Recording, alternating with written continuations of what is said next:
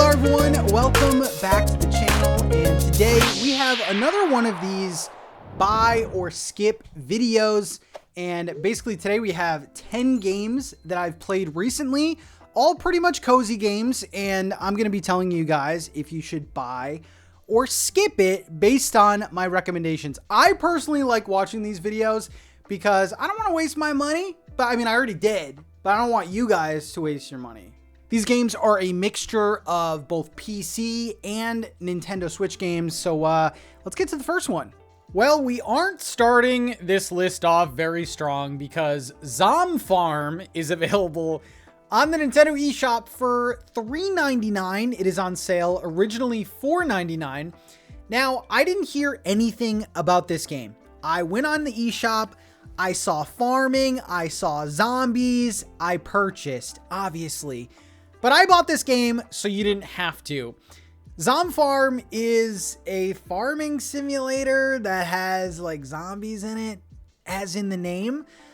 This game is probably one of the worst games I've ever played, if I'm being honest. You play as this random character. There is no story. There is no inventory. All this game pretty much is you walking around this farm, doing sort of like mundane tasks like feeding animals, giving them food, giving them water. You could do these like little mini games where you like collect eggs that are falling for some reason. You mash A to milk a cow. You can fish. The zombie part was honestly the reason why I bought this game. And all you do is you go into these woods where there are zombies walking around and you basically hit them until they turn to dust. And you collect that dust and use it as fertilizer. This is a total skip.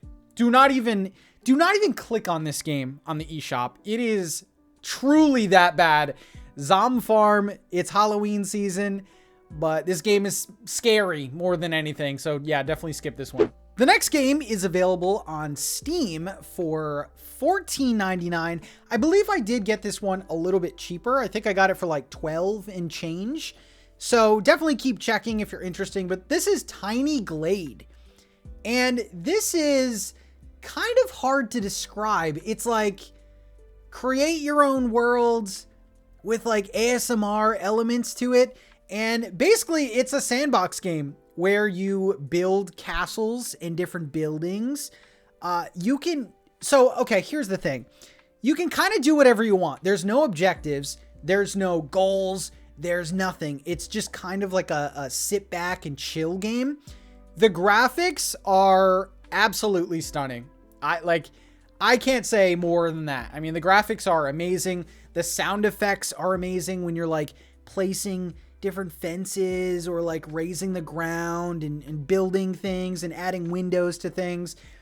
It's truly like, it was a game that I originally wasn't too hot on, but I've been playing more recently and it just kind of clicked for me. Like, yeah, this is, I think if you like these types of games, Sims, where you create things and it's kind of up to you. The game is only good as your creativity is. This one is a immediate buy.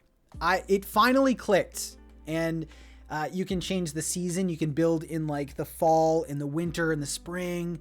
There are daily prompts, which I really like. So if you are like, man, I don't know what to build, there's daily prompts where they'll give you a theme and you just kind of go for it. The game doesn't seem like it has a ton of features, but you kind of uncover the features and the decorations by just playing the game. It is really one of the better experiences I've had this year with a game. And again, if you like to create your own fun, this one is definitely for you. So with that being said, I would say that this game is a buy, but you might want to wait on it also because, yeah, I don't know. See if you like it. Look up some gameplay. Maybe this gameplay will sway you. So yeah, I would say buy, maybe wait on this one.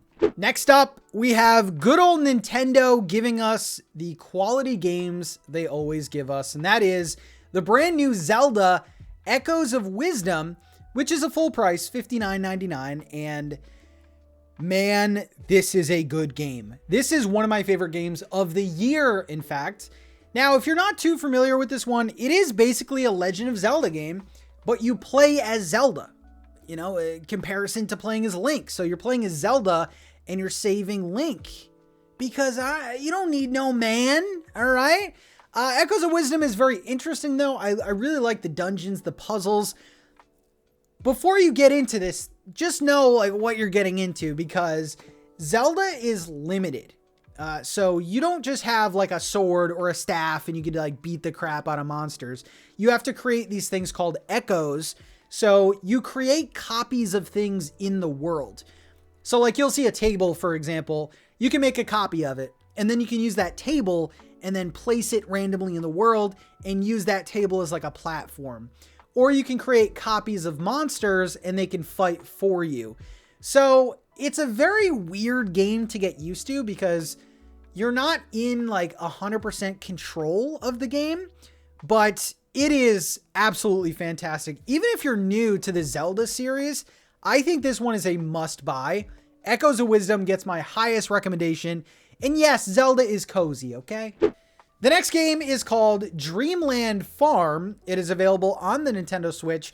Originally $10.99, but it is on sale for $1.99. And you're going to see this game on sale a lot. It's like one of those impulse buys where you're like, oh, this is a cute farming game, but it's only $1.99. Like I'll just buy it. Whatever. It's only $2. Do not buy this game. This is a skip, man. Dreamland Farm has like all the makings of a good game.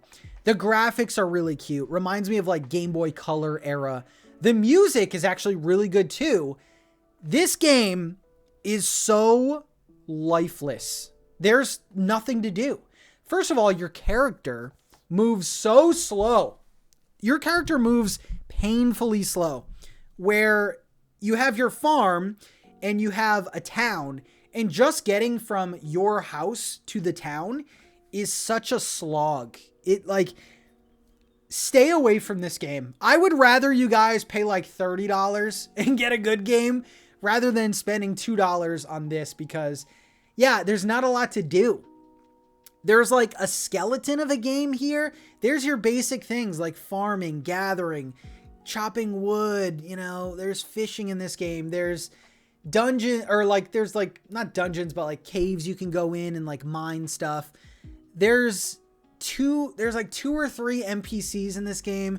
There's just not a game here. So yeah, stay away from this one. This one's definitely a skip. The next game is called Minami Lane, and this game is $4.99, available on the Switch and Steam. And I will say before I get into this game, I did play my time like on the Switch, but if you're interested in this game, and I do have good things to say about it, I would definitely get it on Steam because it kind of just feels like it was built with a PC in mind. So Minami Lane reminds me a lot of Roller Coaster Tycoon, which is a very weird comparison because instead of building a theme park, you're actually building a neighborhood. And this is sort of like a puzzle strategy game where, again, you have this neighborhood, you have objectives, and it's kind of like up to you to create this neighborhood, and you have a lot of control. So you can make a boba shop and set the prices, and you can set like the different items that you are able to sell. And what will happen is the people that generate in your little street will go to the shops and tell you, hey, this price is too expensive, man. Or, hey, this is too cheap. Or I would like to see, you know, a prettier town. You know, so there's a lot of strategy in here. You can play it one of 2 ways. There is just a sandbox mode where you can just build a street and, you know, decorate it, do whatever you want. But the mode that I love is the mission mode where you get objectives. So like, for example, this one that you're seeing in the footage was to attract cats to this town and just make it overall prettier. So when you first start this town, you are given like 5 different convenience stores, and just like the town's ugly, man. So it's up to you to kind of like get rid of some of those buildings, add in houses, add in different shops to make money. And this turns into a game that you like just start playing and you can't put it down. Even when I was recording footage, I ended up playing for an hour which is crazy.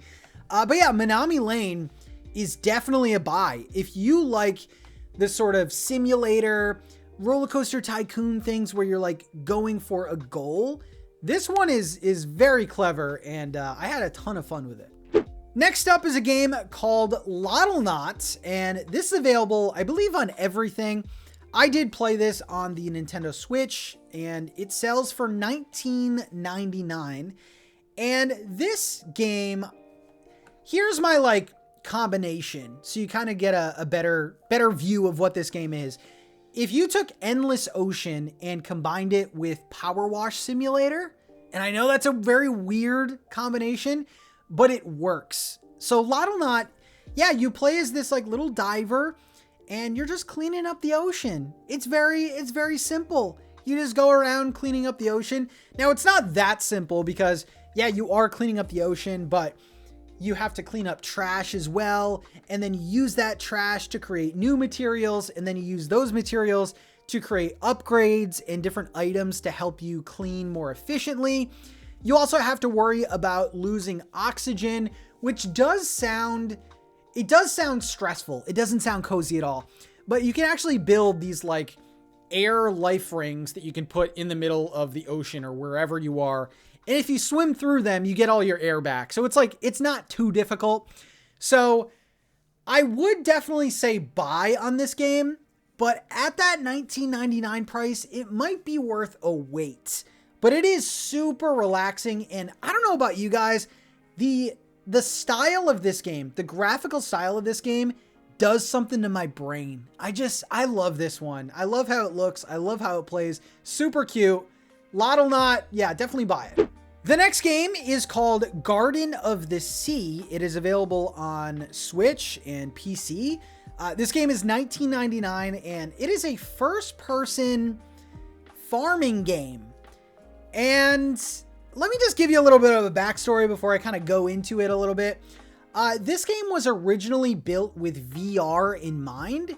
So yeah, you can kind of tell it's in first person, and it does really play like a VR game. And even if you haven't played a VR game before, you can kind of tell what I mean because it's a little clunky. You know, it feels like a game that maybe should have stayed in VR. If you can't tell, I'm going to go skip on this one. Skip, maybe wait for a sale if you do like these kind of games, but I'm pretty sensitive to the whole first person VR type game. And honestly, it gives me like a little bit of a headache, little migraine vibes with this one. I did play a little bit of it. I can't say that I played a ton of it, but from what I played, yeah, it feels like a VR game on console, which is not a good feeling. But yeah, I mean, it's a farming game. You can grow crops, you can pet little cute animals, you can craft things. It has the makings of a good game, but I just think if this game was built with console in mind first, it would play a lot better. But at its current state, I just can't recommend this game. I did have some fun with it, but yeah, I can't play this one. The next game is called Corekeeper, and it retails for $19.99. It is available only on Steam right now. It was supposed to be out on Switch by now, but they actually did delay it, and I don't think they've given us information about a new release date. But Corekeeper is essentially like Minecraft mixed with Terraria. It's interesting. It's basically like a exploration game, and you can kind of do whatever you want. I mean, the fun in this game really lies with exploring. And if you have some friends to play with, this game is like 10 times better. It is so fun to just go out, explore with your friends. There are enemies. The enemies are pretty tough, but there are ways for you to get better weapons by finding loot that is in this procedurally generated world. It is really good. This is one of those games that I would say out of all of the games on this list is probably the most addicting game. Corekeeper gets a great recommendation from me. I think this is definitely a buy. I will say if you are a Switch owner only, I would wait on this one. Maybe wait on some of the initial reviews or look up gameplay when this game does come out on Switch. But if you are looking for sort of like an open exploration, more fun with multiplayer, kind of like dungeon crawler, loot gathering game, like this is definitely for you. This is the type of game that I love to play. Love the graphics, love the pixel art on this one. Corekeeper is a home run. The next game is an interesting one, and it is called Mika and the Witch's Mountain. This is available on Nintendo Switch, I think other platforms too. It is on sale right now for $16.99, originally $19.99. And I like this one. And I know I don't sound too sure about that, but I'll get to that in a second. So this is basically a 3D platformer game, and it is a story-focused game. So, you know, compared to a lot of these games that I've talked about today, it does have a definitive ending. Now, I did beat this one. It does take around like 5 to 7 hours, depending on if you want to find all the secrets and everything. But this game, you play as Mika, a witch, and yeah, you get thrown off a cliff like minutes into this game, and you have to deliver packages to make money to repair your broom that broke in the fall. So you will basically, like Kiki's delivery service style, you will bring packages to people all over this island. It's a pretty big island too, so it's kind of fun to explore, meet all the characters and things like that. The ending, I think, has a big payoff. I really did like the ending. It was definitely a twist ending. I won't spoil it, but yeah, it's kind of like the coming of age story of Mika. Now, the thing that makes me hesitant to recommend this game is the flying controls in this game. So yeah, you will fly around this island on your broom, and your broom is, you're able to upgrade your broom actually a few times in this game. And the flying definitely takes some time to get used to. I don't really know how to explain it. It's kind of like you have to experience it type of thing, but the controls are very wonky. Now, I do think that they are a little bit of a hindrance, but also the theme of this game is you play as a witch trying to become a witch, right? So it kind of does make sense that the broom controls aren't like one-to-one. They're not perfect. So I can kind of look past that. The story's really good. The characters are well written. And like I said, the ending, like it actually has a payoff to it. And this game looks and runs really, really well on Switch, which is the only version that I have played. So if you're looking for like a quick, 4 to 7 hour game with a really charming story, really good graphics, and performs well, this might be for you. So I'm going to say buy, but I might wait on this one for a deeper sale. Because I think there is a good game here, but because of the length and some of the controls, I think this might be a wait more than anything. But yeah, let me know what you think about it. And then finally, Gourdlets. This game is $4.99. It is available on Steam. I don't think it's available anywhere else. I could be wrong on that.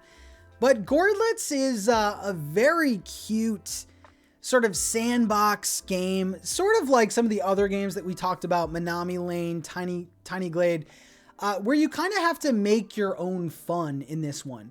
So basically, this is a cutesy little town builder, and you get a ton of different, assets to use. You have a ton of different buildings and fencing options. You have trees and little decorations like trash cans, and I don't know, you can make your own fun. Now, the cool thing about this is you can get these tiny little Gourdlets to move into your town. And instead of just building this world and doing nothing, your Gourdlets can actually interact with some of the items that you place down. So it's always cute seeing that. So for example, you can place a swing set down, and the Gourdlets will actually make their way over there and use the swing set. I don't know. It's a very chill game. It is only $4.99. But I just want you guys to know that there are no objectives. There is no end game here. It's kind of you're doing what you want sort of thing. The soundtrack is really good too. It's sort of like this lo-fi sort of chill music. And I like this one a lot, actually. I think it's really cool. The more Gourdlets that move in, you can unlock new items. This game is also different because you can actually decorate the interiors of all the houses that you place too. So yeah, this one is very cool. I like this one a lot. So I would say buy. It's only $5. And if you like these sort of games where you're building towns and building different diorama sort of things, yeah, this one's pretty fun. So there you go. Those are the 10 games that I played recently and my personal recommendations to go along with them. Let me know in the comments if you've played any of these. Have you played any of these? Do you disagree with what I said? Because I gave a bunch of skips, maybe some waits, definitely some buys. But yeah, thank you again for watching, and I will see you in the next video. Peace out, everyone.